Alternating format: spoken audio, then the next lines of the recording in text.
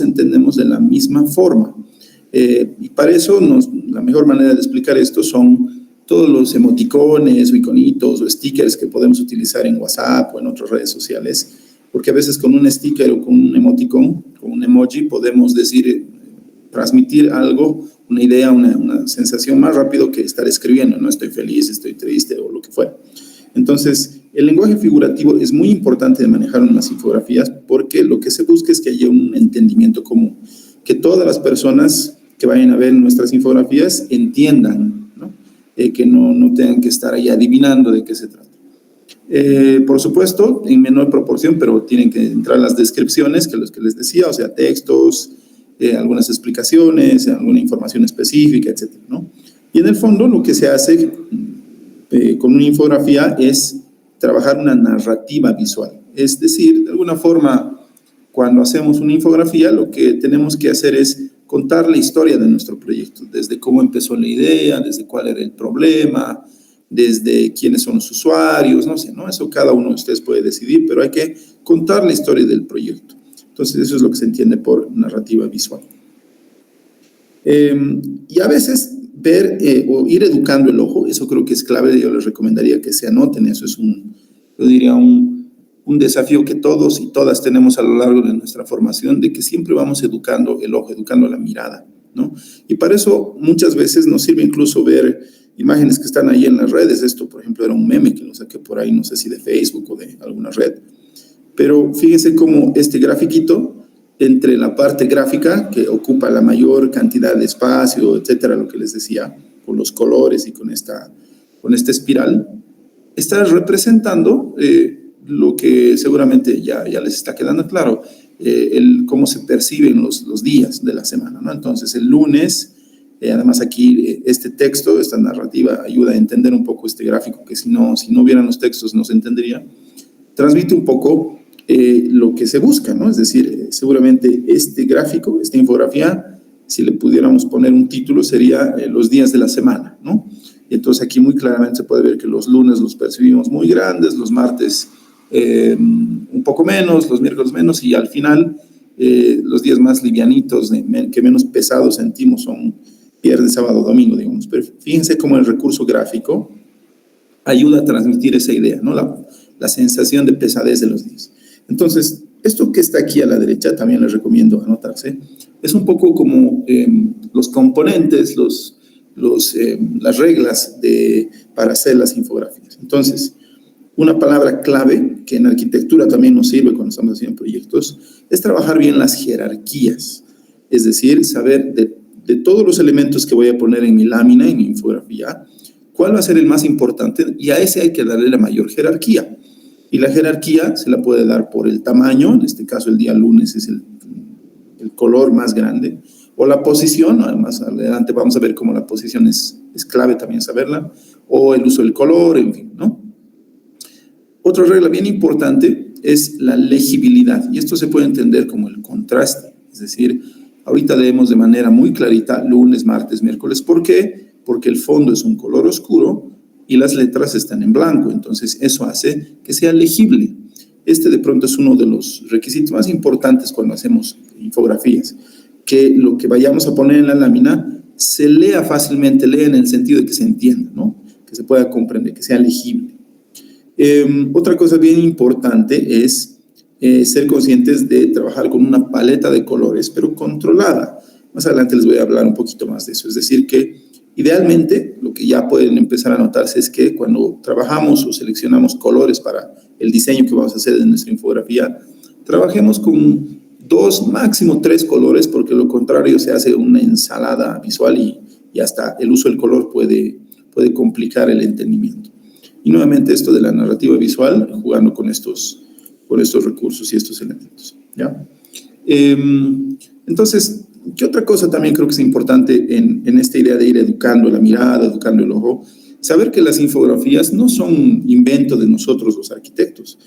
Nos sirven, por supuesto, pero las infografías ya las veníamos viendo en distintos lugares. Si recordamos nuestros días de colegio, seguramente han visto este tipo de cosas, qué sé yo, en enciclopedias o en libros, o a veces en revistas, hasta en periódicos. Las infografías son elementos que vienen del mundo de la comunicación, del diseño y de la comunicación.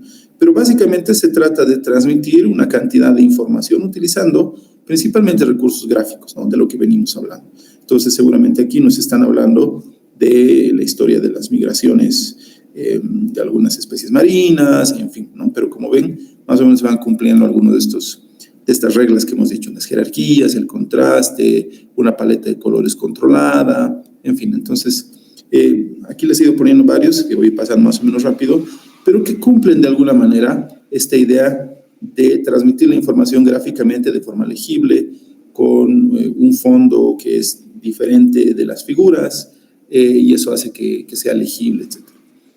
¿Qué más podemos empezar a decir de todo esto que ya venimos comprendiendo? Que hay que saber de manera muy clara cuáles son esos componentes gráficos de las infografías, es decir, cuando nosotros vamos a empezar a diseñar, tenemos que reconocer las diferencias entre estos componentes. A partir del día de hoy, recuerden que cuando hablamos de las letras o los textos, su nombre, digamos, correcto en el ámbito del diseño es tipografías. Y es muy importante también saber o utilizar las tipografías, digamos, más idóneas para cada situación. Vamos a hablar en un ratito también de eso. Pero es todo un tema lo de las tipografías. En otros países incluso es toda una carrera. Hay gente que se titula como tipógrafos y básicamente se la pasan diseñando letras, fuentes, ¿no? Y es una cosa bien interesante. Obviamente trabajamos con colores, con formas, ¿no? Rectángulos, triángulos, cuadrados, etcétera. Con fotografías, como se puede ver aquí en esta infografía que nos cuesta la historia de Messi, o las ilustraciones. Esto para los arquitectos cada vez es más accesible también, es decir, hay muchos programas y muchos softwares que permiten hacer dibujos a un nivel casi fotorrealístico con distintos estilos, pero hacer ilustraciones o dibujos es una cosa que ayuda mucho, ¿no? Podemos tener también ahí pictogramas, esto es lo que nosotros conocemos como monitos, digamos, ¿no? Figuritas, siluetas de personas, etcétera. Pero ven, o sea, cualquier tipo de infografía utiliza casi siempre los mismos componentes gráficos. Ahora, a partir de esto, una primera receta aplicada que créanme, esto es la vieja confiable, siempre funciona, siempre sirve. Hablando de gráficos y de textos o de tipografías, siempre funciona trabajar en 3 jerarquías. Es lo más recomendable, ¿ya? ¿Eso qué quiere decir? Que una primera jerarquía tiene que ser seguramente el título de la lámina, ¿no? En este caso, seguramente lo primero que todos leemos es Lionel Messi, porque es las palabras que tienen el tamaño más grande, porque tienen el color más fácilmente distinguible, ¿no? Además por su tamaño. Entonces es muy obvio que este es el título de la lámina porque está en primera jerarquía. Normalmente en una segunda jerarquía lo que se suele hacer es poner como una especie de subtítulo, ¿no? Algo que nos ayude a entender ese título. Si lo dejáramos solo en Lionel Messi es como, ok, pero ¿qué con Lionel Messi? Es como muy genérico. Pero este subtítulo dice la genética de un crack, entonces uno puede entender que lo que vamos a leer en toda esta infografía será, no sé, ¿no? Cómo están sus genes, cómo son sus músculos, cómo es su cuerpo de Messi, no sé qué cosas, ¿no? Y finalmente una tercera jerarquía pueden ser las cajas de texto, que como ven, también una cosa, espero que recuerden útil, ayuda siempre a ponerlas en vertical, es decir, hacer cajas de texto más larguitas, más verticales que anchas. Aquí la diferencia que es bien importante entender es que, por ejemplo, cuando nosotros estamos escribiendo en Word, automáticamente el programa empieza en un lado, escribimos, llega hasta el final de la hoja, baja y así, ¿no? Pero eso hace que los textos de Word, digamos, sean más horizontales que verticales, casi como estos que están aquí arriba. No sé si están alcanzando a ver mi puntero, mi mouse. ¿Se ve para que algún rato les vaya señalando cosas? Se ve. Ya, gracias, Ru. Bueno, entonces, ¿qué es lo que dice la lógica de diseño para trabajar las cajas de texto, es decir, los textos de tercera jerarquía? Que es mejor que sean cajas de texto así delgaditas y verticales antes que horizontales. Porque eso, no sé si les pasa, pero cuando estamos leyendo algún documento de Word, empezamos a leer, nuestra atención llega a las 2, 3, 4 primeras líneas y después ya no seguimos con la lectura, se nos hace pesado. Eso es porque cuando las cajas de texto son muy horizontales, generan un cansancio visual. Y por eso es que si se fijan en cualquier periódico o revista, normalmente hay mucho texto, ¿no? De hecho, esta es casi como una página de un periódico. Seguramente dice harto, ¿no? Hay harto texto. Pero como nos ponen el texto así en cajas verticales, es más fácil de leer porque no genera cansancio visual. Entonces, ese es un truco que siempre funciona cuando estamos en una situación en la que hay que poner mucho texto, ¿no? Ahora, siempre es recomendable lo más concreto posible o la menor cantidad de texto. Y en el caso de las imágenes, un poco lo mismo, ¿no? Los gráficos. Si yo les pregunto cuál es el gráfico más importante aquí, seguramente es esta ilustración de Messi, ¿no? Que está al centro y que está muy grande, etc. En una segunda jerarquía pueden ser estas otras ilustraciones. Aquí nos están mostrando un detalle de cómo pueden ser la composición anatómica de seguramente sus fibras, no sé qué cosas, o esta foto de Messi agarrando un balón de oro, ¿no? Entonces, pero por el tamaño están como en una segunda importancia, en una segunda jerarquía. Y la tercera jerarquía de los gráficos, lo mismo, ¿no? Los pictogramas o estos iconitos, algunos gráficos más chiquititos. Ahora, ¿por qué es importante esto de las jerarquías? Ojalá que esto sí se entienda. Cuando trabajamos bien las jerarquías, lo que logramos es que todos los elementos se complementen. Entonces, ese complemento implica que hay algunos más importantes y otros menos importantes, pero todos trabajan como un equipo, digamos, se complementan. Pero cuando no trabajamos bien las jerarquías y tenemos varias imágenes más o menos del mismo tamaño o en la misma jerarquía o lo mismo en los textos, en las tipografías, lo que pasa es que los elementos compiten entre sí y eso es lo que genera confusión. Entonces, por favor, recuerden esto. Yo diría que es como la receta más sencilla de explicar, que trabajar las jerarquías nos ayuda a que los elementos se complementen y no compitan entre sí, ¿ya? A ver, un primer ejemplo y les pido su atención para que hagamos un análisis ya de para ver si está bien, si no está bien, si cumple una de las reglas de juego o no. Ayúdenme, ¿qué es lo primero que se lee?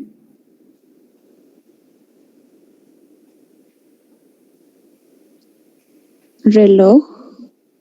Reloj, ¿no? Es bastante evidente. Entonces, seguramente lo segundo que se lee, no sé, por ahí puede ser desarrollo cronológico o esto otro. Fíjense cómo la primera jerarquía está bien, porque seguramente esta infografía nos está contando la historia del reloj, ¿no?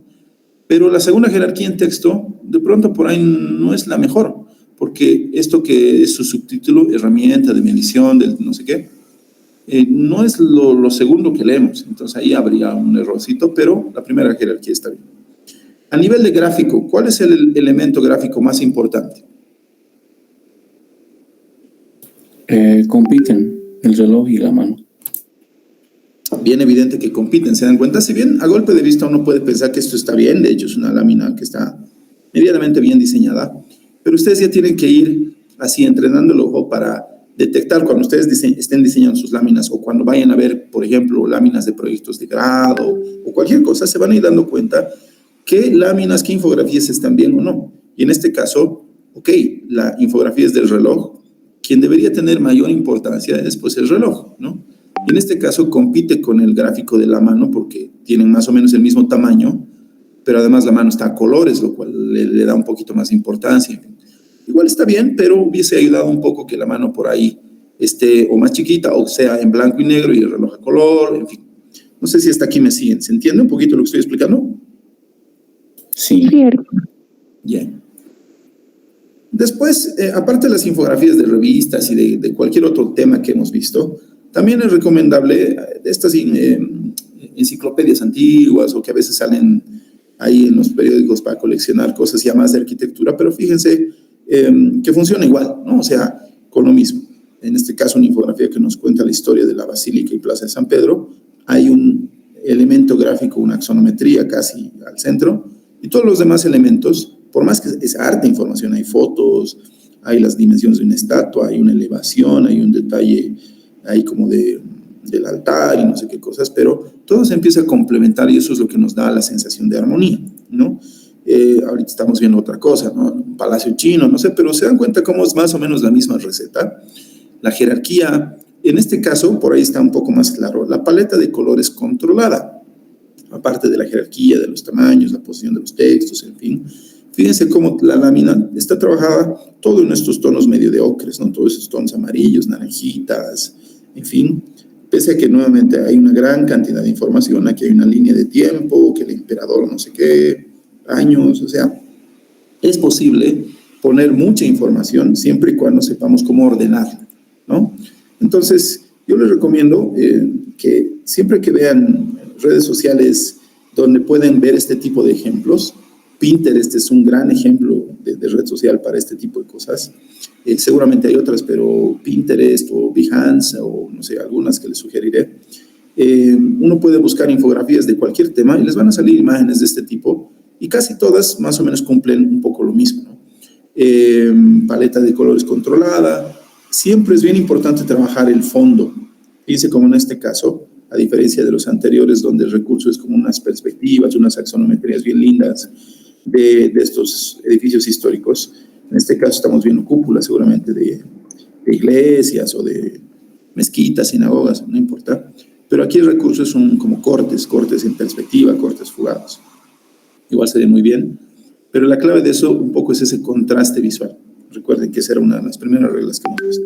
O sea, el fondo es un azul muy sobrio, y entonces los elementos gráficos que son medio más claros, más blancos, no sé, a golpe de vista saltan, ¿no? Aquí arriba está la línea de tiempo casi con iconitos, con unas pequeñas elevaciones también. Entonces, ayuda. Y finalmente, para pasar rápido a alguno de estos elementos, también es recomendable, en años en que tocan pues, eventos deportivos como el Mundial o las Olimpiadas, suelen salir también coleccionables, así en los puestos de periódico de, qué sé yo, los estadios del Mundial, ¿no? Entonces, también les recomiendo, no siempre que coleccionen todo, pero de que analícenlos si los tengan, porque cuando uno está en el proceso de diseñar sus láminas, ayuda mucho tener ejemplos que ver y más o menos decir, a ver, no, yo quiero hacer una cosa así con estos tonos de color, o mejor blanco y con una paleta de verdes. Es bueno ir educando el ojo teniendo varios ejemplitos a mano, digamos, ¿no? Bien, hasta aquí la primera parte, antes de entrar a esto de composición. ¿Alguien, alguna pregunta, duda, comentarios aquí? ¿Se siguen teniendo?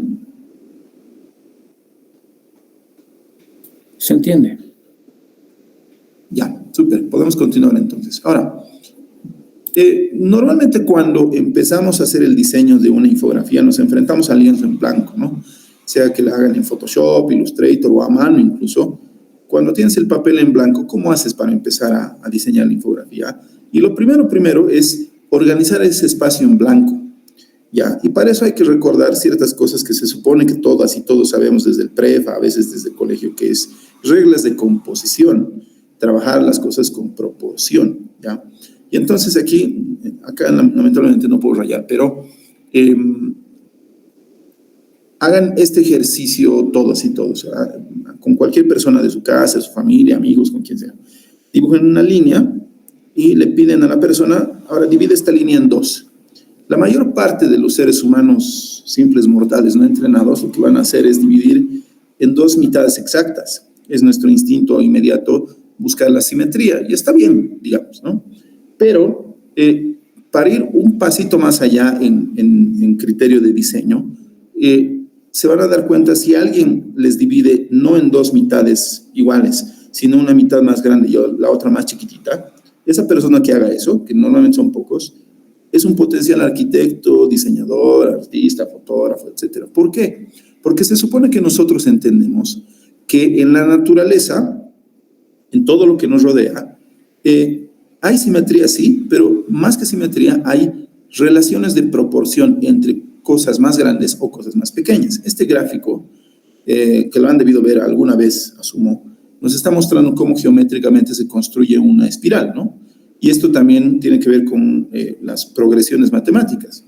Es decir, ¿cómo se hace esto, no? Empieza en 1. 1 más 1, 2. 2 más 1, 3.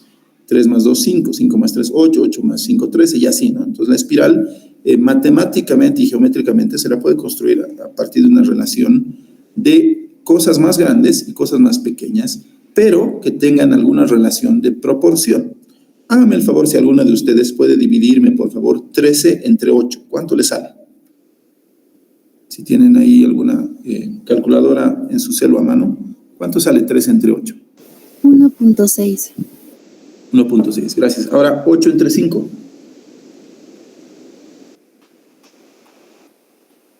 1.6.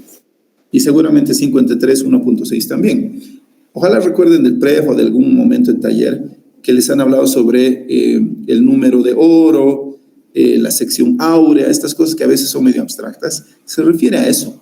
Ese número 1.6, que en realidad es 1.618 y no sé cuántos decimales, es lo que está presente en la naturaleza y que permite transmitirnos esa sensación de armonía. Cuando una cosa es más pequeña respecto de otra, pero que tengan una relación proporcional. Eso está presente en nuestros propios cuerpos. Lástima que ahorita no tengo una imagen de eso, pero a ver, ahorita todos hagan el ejercicio de más o menos fijarse cuánto medirá la distancia entre su hombro y su codo. No sé cuánto será, unos, no sé, 30 centímetros, 35, por ahí. Y de su codo a su muñeca, seguramente es un poquito más, ¿no ven?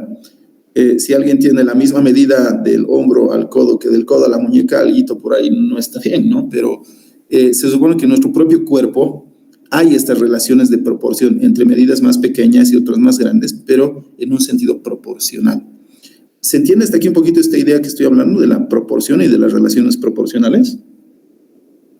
Sí, arquitecto. ¿Ya? Bueno, entonces, toda esa cháchara, que a veces la pasamos muy rápido en el prepa y en los primeros cursos, me salto un ratito aquí, se puede resumir en ciertas reglas de composición. Entonces, aquí fíjense en el gráfico de la izquierda, si digamos yo tengo que diseñar una lámina así en horizontal, lo primero y más básico es saber que siempre me va a servir dividir en 3, tanto horizontal como verticalmente. ¿Por qué?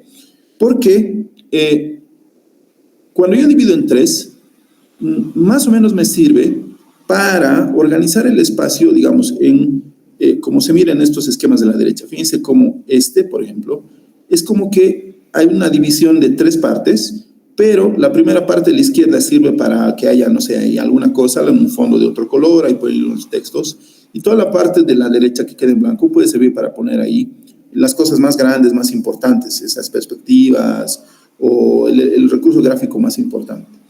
Eso se hace porque eso que les hablaba de que cuando dividimos una línea a la mitad con dos mitades iguales, no genera una relación de proporción porque las dos cosas son iguales. Pero cuando una parte es más pequeña respecto de la otra con proporción, eso nos transmite una sensación de armonía. Y eso se logra casi siempre utilizando la regla de los tercios.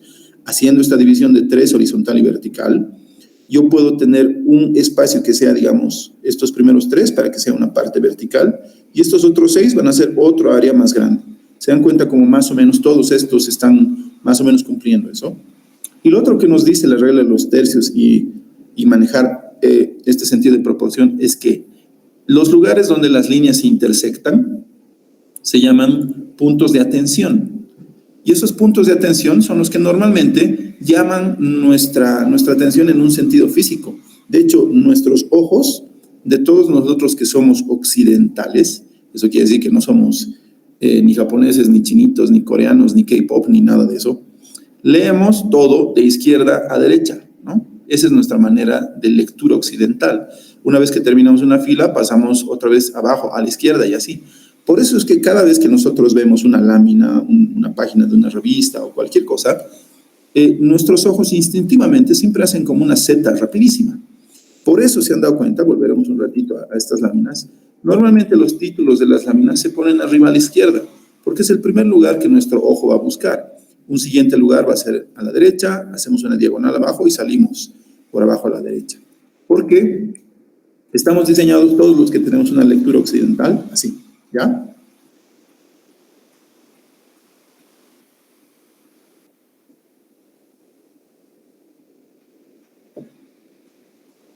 Funciona, ¿verdad?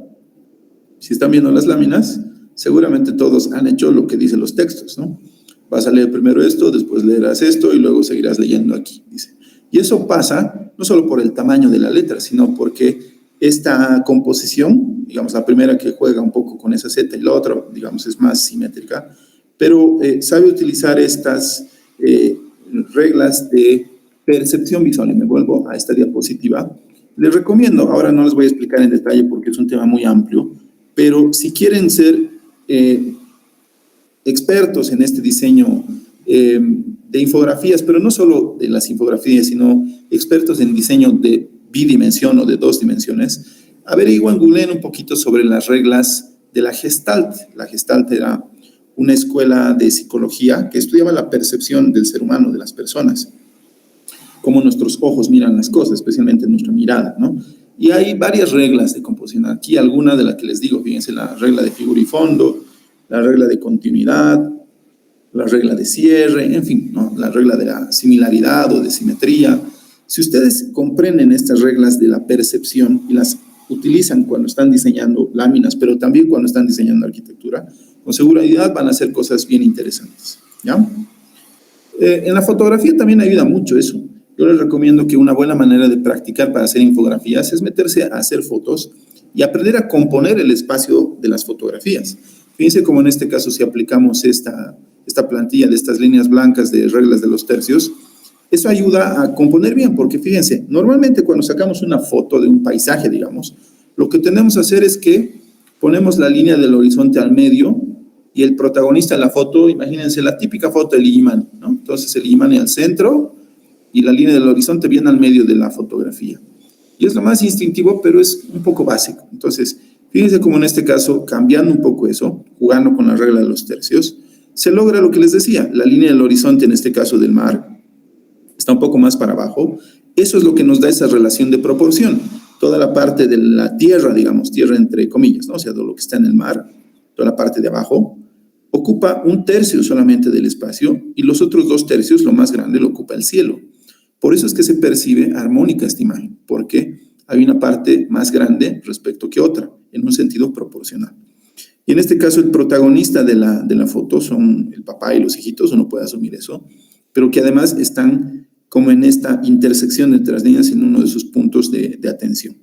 ¿Se entiende esto que estoy explicando, muchachos? Sí, Orki. ¿No? Entonces, es regla de los tercios. Igualmente, recomendaciones. Como estamos en proceso de educar el ojo para diseñar, a veces sirve mucho no solo ver, digamos, infografías o cuadros de arte o cosas en 2D, sino ver mucho cine también. En este caso les recomiendo Roma, además que es una muy linda película, bien para arquitectos, que además está filmada en blanco y negro. Es una película en la que cada uno de sus fotogramas, el director de fotografía, que es el mismo director de la película, ha controlado neuróticamente estas relaciones de proporción, que la posición del encuadre de la cámara, la posición de los actores, de los muebles, etcétera, todo estaba pensado para transmitirnos esa sensación de armonía jugando con estas reglas de composición. También les recomiendo muchísimo, este libro es una joya y está en la biblioteca de la facultad y se está empolvando porque mucha bola no le damos. Véanlo porque es un libro muy amplio donde hay muchos ejemplos muy lindos ya específicamente de paneles de arquitectura y de recursos, etcétera, ¿no? Y van a ver en este libro algunos de estos esquemitas, donde básicamente utilizando recursos gráficos de los arquitectos, plantas, cortes, elevaciones, nos muestra cómo, incluso medio a mano, medio en borrador, podemos hacer unas primeras organizaciones de los espacios de la lámina para ver dónde ponemos los elementos importantes y seguramente en función de eso se van acomodando los textos, los títulos, algunos otros iconos y demás. Si entran ya a Pinterest o a cualquier otra red social, van a poderse bajarse estas plantillas. Fíjense como la lámina de la izquierda, que está muy linda, sigue un esquema muy básico, ¿no? Un recurso gráfico muy grande que es la perspectiva, sobre esa perspectiva unos cuantos diagramitas más chicos, y en la parte de abajo otra perspectiva, pero que está en otra jerarquía, por eso no compite, entonces hay una buena relación, ¿no? Y ahí van a poder ver varios esquemas de esto que juegan un poco con todo lo que estamos hablando, ¿ya? Otra recomendación muy rapidita también es que averigüen un poquito sobre el color. El color hay que conocerlo, principalmente para saber la psicología del color, porque es un lenguaje no verbal. A través del color transmitimos a veces cosas sin decir palabras o sin escribir cosas. Entonces el color es clave, igual por ahí recuerdan desde el prefacultativo, esto se llama el círculo cromático, y es como una ruedita, casi como un compás que se pueden imprimir ustedes en casa, y sirve para establecer relaciones de color. Con el círculo cromático es con el que podemos seleccionar los colores antes de diseñar nuestra infografía.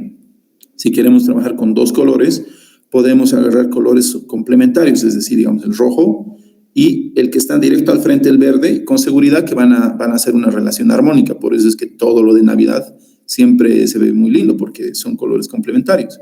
Si quiero jugar con 3 colores, pues agarraré un triángulo equilátero y veré este morado, con el naranja va bien y con el verde, ¿no? Entonces, para eso sirve este círculo cromático, para establecer relaciones de color, o monocromía en un mismo tono de color, o colores análogos, puros colores fríos, digamos, ¿no? Azules, verdes. Sirve un poco para eso, para que tengamos control sobre la selección de los colores y que vayan ustedes comprendiendo poco a poco qué cosa transmiten esos colores, ¿no? Por ahí el azul a ratos transmite calma, pero también puede transmitir tristeza. El rojo puede transmitir energía, pero también enojo y así, ¿no? Y a medida que se vayan metiendo en esto, van a superar, como muestra el gráfico, el conocimiento básico de los simples mortales, que conocen, no sé, 6 colores. Los diseñadores, arquitectos, tenemos que conocer, no sé, pues 40 colores, reconocer las gamas que van diferenciando entre un color y otro. Y nuevamente el cine sirve para eso.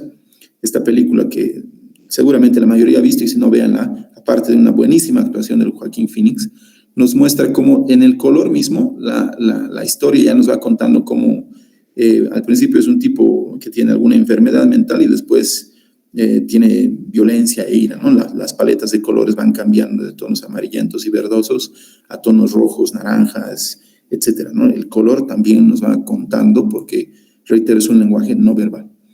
Y finalmente, la tipografía, lo que les decía, es decir, las letras, es una maravilla el conocerlas a profundidad. Para eso, como les contaba, hay carrera de tipografía en otros lados, pero que aquí de pronto nos puede servir conocer las cosas más generales. Lo más sencillito que les puedo recomendar ahora es que normalmente el error más básico que cometemos al principio cuando estamos empezando a diseñar infografías es que utilizamos las letras medio por defecto que se conocen como serif. De hecho, en Word han debido ver cuando ustedes crean un documento en Word nuevo, por defecto les va a poner una letrita así, ¿no? La Times New Roman o alguna. Se llaman las letras tipo serif porque tienen las serifas, es decir, estos como decorados en sus esquinas. Y están bien, hay muy lindas letras, pero para hacer infografías complican un poco su legibilidad, ¿no? El ejemplo más extremo de este tipo de letras son, qué sé yo, las letras tipo góticas o las letras así medio de grafiteros y demás, que son muy lindas como formas, pero no se leen fácilmente. Entonces, por eso es recomendable utilizar las letras del tipo sans serif, que son así, muy geométricas, muy sencillas, fáciles de leer, ¿no? Entonces, ahí seguramente conocen también tipografías, qué sé yo, como la Arial, la Century Gothic, hay varias, ¿no?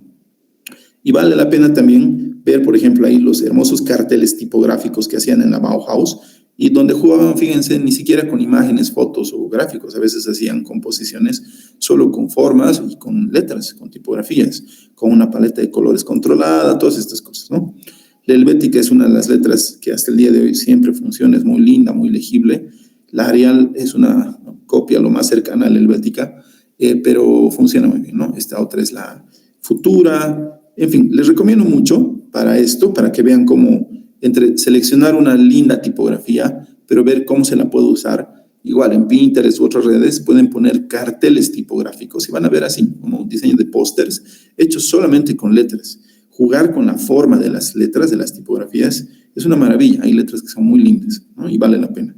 Aquí yo les recomiendo estas 3 que son de libre acceso. Se pueden descargar familias tipográficas de Google Fonts o dafont.com. Les voy a pasar el enlace de estos sitios donde se pueden bajar familias tipográficas.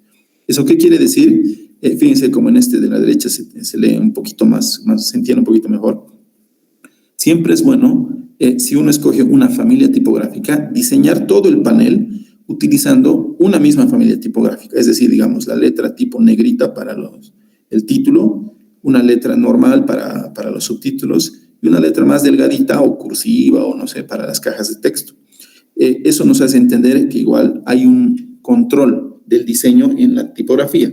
Eviten utilizar más de 2 o 3 tipos de letra en sus láminas porque nuevamente eso transmite que hay un desorden o que no se está entendiendo muy bien, ¿no? Y un poco lo que les decía al inicio, fíjense, este es el diseño de una revista.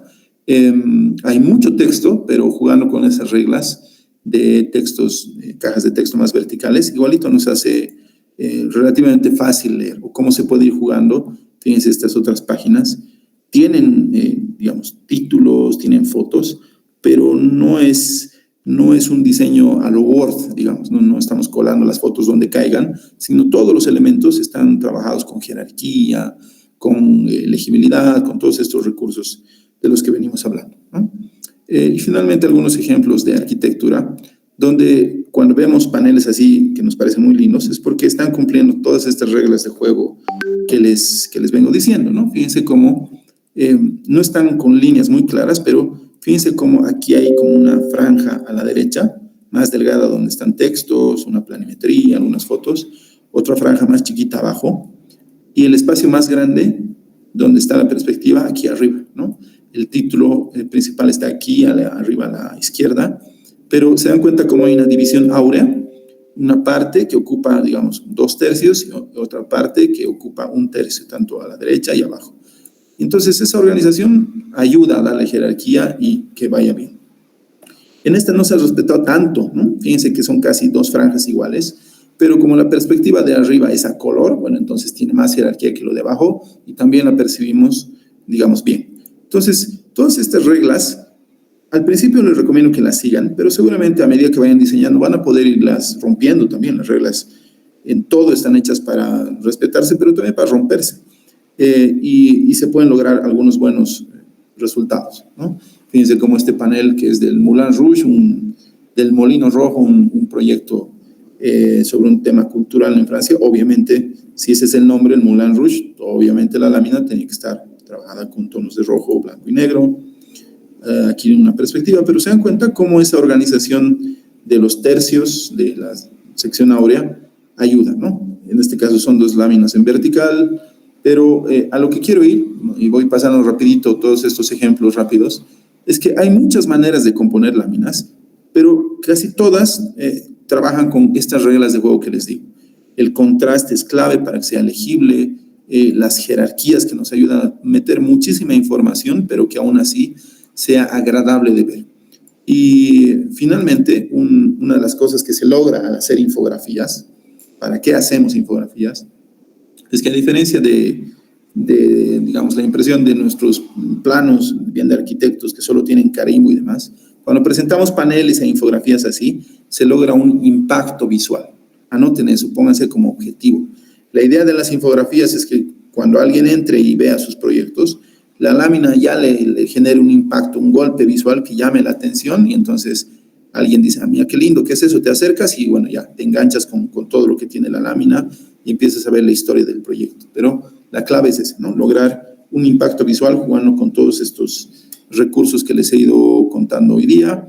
Vean mucho Pinterest, estas redes sociales sirven mucho. Y finalmente, para contarles por qué está bien y en mi caso como testimonio les puedo dar que sirve, desde el momento en el que hace muchos años me tocó diseñar el logo de la facultad, yo he aprendido que está bien que cuando hacemos proyectos los arquitectos le demos una identidad gráfica a nuestros proyectos. Es que no solo pensemos en el diseño de nuestros edificios, plantas, cortes, elevaciones, sino que incluso pensemos en los colores, en las letras que vamos a utilizar para todas nuestras láminas. A veces hasta diseñarles un logo. En el caso del logo de la facultad, en ese momento, cuando se lanzó el concurso, nuestros colores oficiales eran el café y el amarillo, por eso se llama así el patio café amarillo. Pero a mí se me ocurrió que está bien, todo bien con el café y el amarillo, ¿y qué pasa si metemos el naranja? Porque había ahí la idea de que nuestra arquitectura en la ciudad es principalmente de ladrillo y eso nos rodea, por eso había un elemento que hace alusión a eso, ¿no? Estos cuadraditos son una metáfora de eso, ¿no? De la arquitectura de ladrillo de la ciudad, y la A obviamente porque es de arquitectura, pero hasta el día de hoy se ha quedado, se ha distorsionado un poco, pero porque se ha logrado darle una identidad gráfica que es constante, entonces se la mantuvo y en el tiempo se la usa. Y algún rato que hemos hecho exposiciones en los talleres, en mis cursos, siempre trabajamos con estas cosas de la identidad gráfica de los proyectos, ¿ya?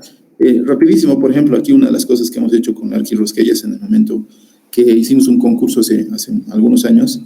Era esto una universidad para pilotos, para contárselo rápido, ¿ya? Okay, entonces el edificio tenía sus cosas interesantes, pero básicamente esto de darle una identidad gráfica a veces tiene que ver con cómo representas gráficamente la idea central de un proyecto. Y en este caso, ¿para qué iban estas personas a la universidad de pilotos? Para aprender a volar, pues punto, ¿no?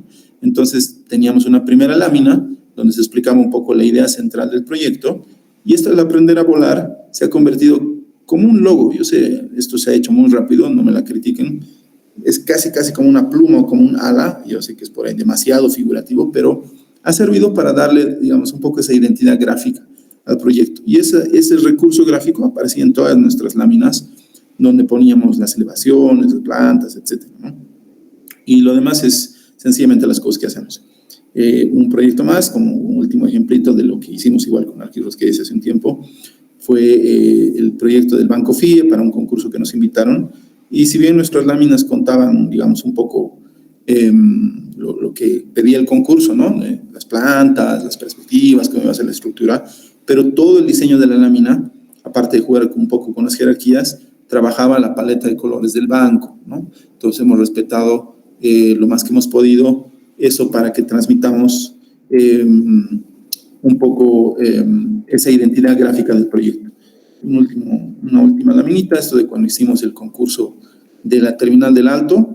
Igual, ¿no? Aquí unas perspectivas, etcétera, pero fíjense como siempre aparecían ahí unos, casi como el logo, ¿no? La terminal terrestre del Alto, y este elemento aparecía en todas las láminas. Entonces, resumiéndoles, espero que les sirva para eso, en el sentido de que al final todo se resume en que gracias a las infografías y a estas ideas aprendemos a trabajar la identidad gráfica de nuestros proyectos, y eso es un plus, ¿no?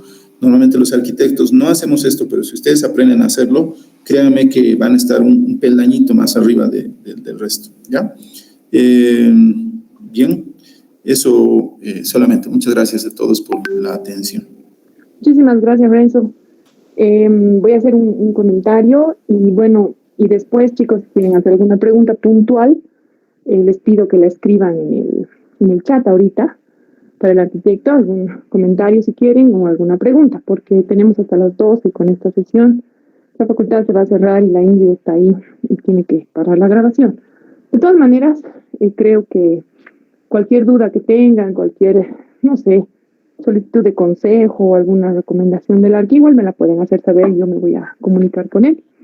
Y por supuesto a Lorenzo yo lo voy a invitar para la entrega final de sus paneles. No sé si en esta oportunidad o a fin de año, cuando tengamos ya todo listo, todo el proyecto integral de vivienda colectiva, para que le dé su visto bueno, por supuesto, ¿no? Entonces espero que hayan atendido, que hayan anotado como él ha indicado y que les haya servido. Yo sé que les ha servido. Yo confío mucho en vos, Renzo, por todo lo que haces, por el criterio que tienes, siempre buscando, o sea, tratando de alcanzar la perfección en cada detalle, ¿no? No dejas nunca nada al azar, nada suelto, y se nota en el trabajo que haces. Y yo te agradezco siempre porque ya esta no es la primera vez que nos acompañas en el taller, y todo lo que nos has enseñado, me incluyo porque me enseñas mucho, pues me sirve bastante para seguir guiando a los chicos, que yo sé que ellos han recibido muy bien tus consejos, tus criterios. Tú eres el experto, tú eres el que sabe de esto, y yo prefiero dejártelo en tus manos porque confío en ti. Así que muchas gracias, Renzo, de verdad, por tomarte el tiempo. Sé que te he sacado de otras cosas también, así que gracias. Ya, no sé, chicos, si quieren comentar algo, dejar alguna pregunta. Si ya la han dejado, bien. Si no, los dejo para comentar alguna cosita. Tenemos 10 minutos más.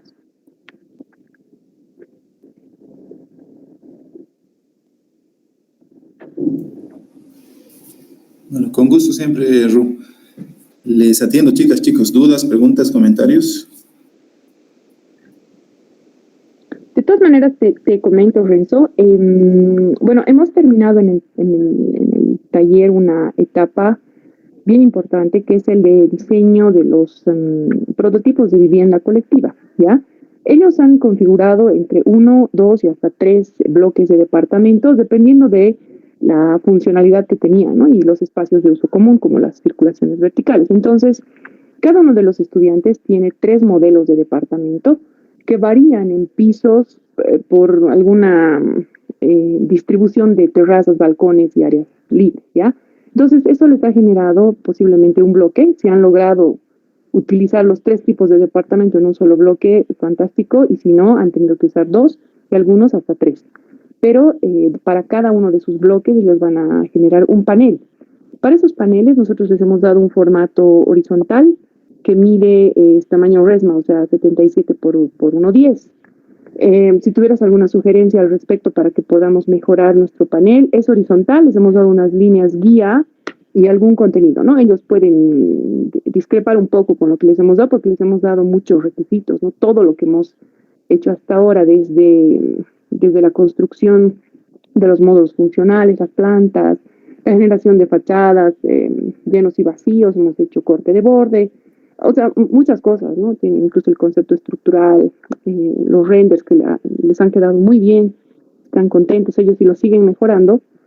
Es harta información, ¿no? Pero tienen que tratar de comprimirla un poco y no saturar el panel también, ¿no? Porque tiene que ser concreto. Entonces, ellos están diseñando sus paneles. Les he pedido, por consejo previo tuyo, por supuesto, que y como experiencia, que tienen que diseñar un logo para su proyecto. Diseñan un logo, lo bautizan y utilizan ese logo en sus paneles, ¿no? O sea, tiene que verse bien, tiene que sentirse bien el proyecto para que el usuario pues pueda ir y adquirir su departamento ahí o querer vivir ahí, ¿no? Entonces todo se relaciona, ¿no? No solamente la función, el uso, el espacio, ¿no? La calidad del ambiente y también la presentación del proyecto, cómo uno lo tiene que exponer. Y les he enseñado cosas básicas de Photoshop. Yo les he pedido que hagan en Photoshop o en Illustrator porque considero que es una herramienta que, bueno, tú me has enseñado a usar, ¿no? Es una cosa que yo sé que sirve.